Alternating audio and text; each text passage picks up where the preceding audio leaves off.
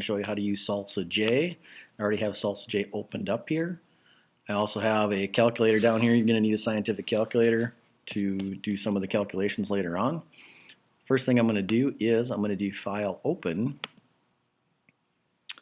and I am going to go to my desktop, and then I have my 3 folders are saved on my desktop. You are going to have them somewhere on your laptop. They might be in the download folder. You might want to move them to your desktop, but I'm going to open up C31. And then what I'm going to do is I'm going to hit the Shift key and then select the first one and the last one. That selects all of them, and then hit Open. And you will see that they will all open right here.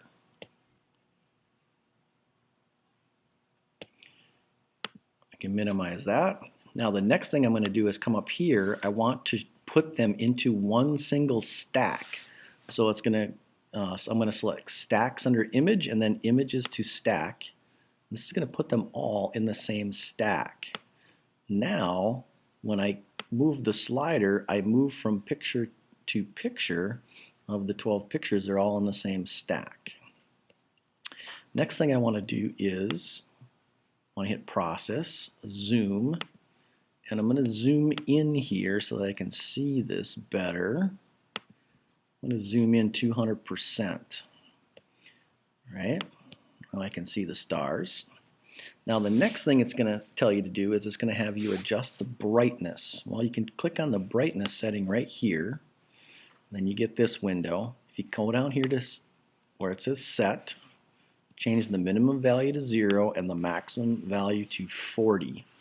That's where it, and you want to make sure you click Propagate to All Images so it will change them on all of the ones in the stack.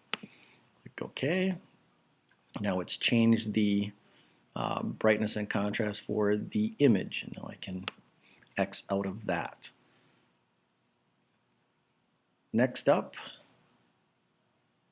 we're going to, first of all, the Cepheid variable that we're looking at, this is for the C31 Cepheid variable. It's right here. That's where the star is that we're looking at. So it's right there. So what I'm going to do is I'm going to come up here to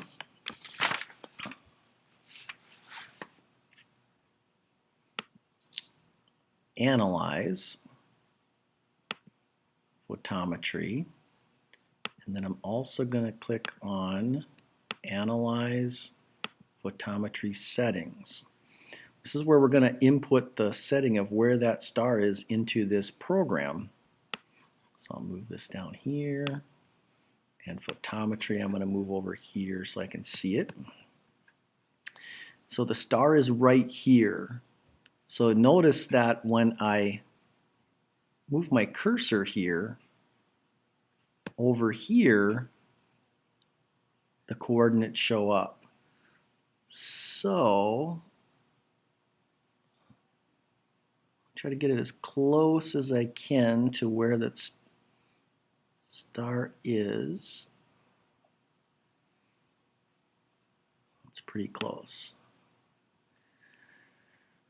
Now if you notice, it's circled up here. That is not where we want it to be set to. So what we want to do is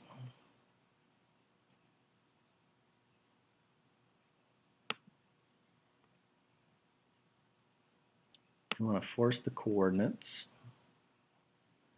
And then the coordinates that we saw were like 84, 78. So I'm going to input those here, 84 and 78. Hit Enter. Now when I go back and click here, now it's moved the yellow outline into the correct place. But it's way too big. So the next thing I'm going to do is hit Force Star Radius. And I'm going to try to get this as small as possible, and I think you want to make sure we get all of it in there. Now it looks like my X value is a little bit off, so I'm going to leave it on 3. I'm going to change this to 83, then I'm going to click on the image there, and then it moved it over.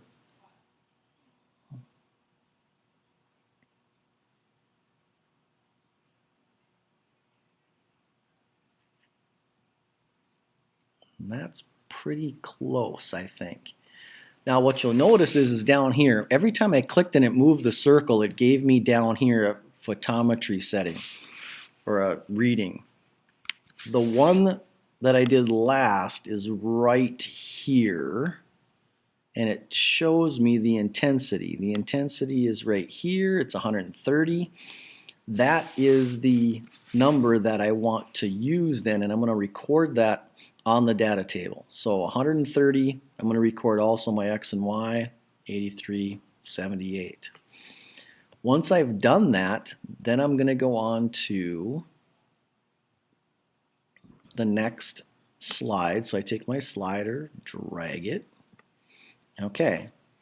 Now you can see the star looks like it's actually, because the frame is shifted a little bit, it might be a little bit higher.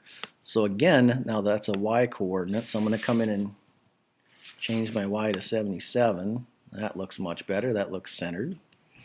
And when I do that, you can see that the intensity value down here has dropped to 82. It's a variable star, so the intensity is going to vary. So it's dropped to 82.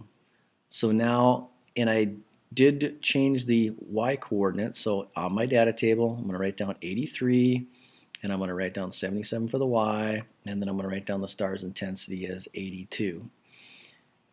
Once I've done that, I'm going to go to the next. Okay, and it looks like the star did not move. So if the star didn't move, we don't have to adjust anything. I hit my value. You can see now this time my value is 68. So the value is 68. I'm going to record the intensity on the data table. Didn't have to change the X, Y. I'm going to write those down. They're the same. Let's just do one more. There, we can see the Cepheid moved quite a bit that time.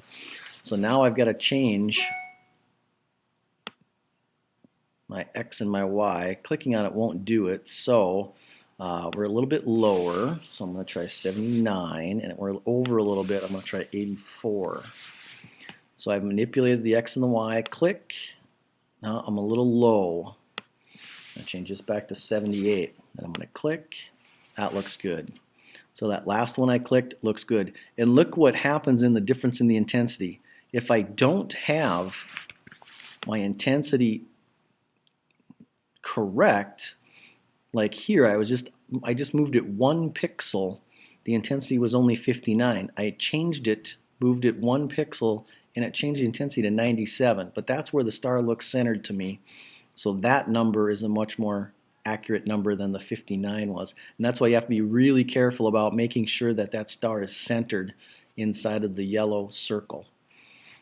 That's all you need to know for how to find the Cepheid, how to use Salsa J, how to set up the X and Y coordinates, and then how to take the star's intensity readings. Once you get all the readings done, then you're going to need your calculator to figure out what the magnitude of the star actually is, the apparent magnitude.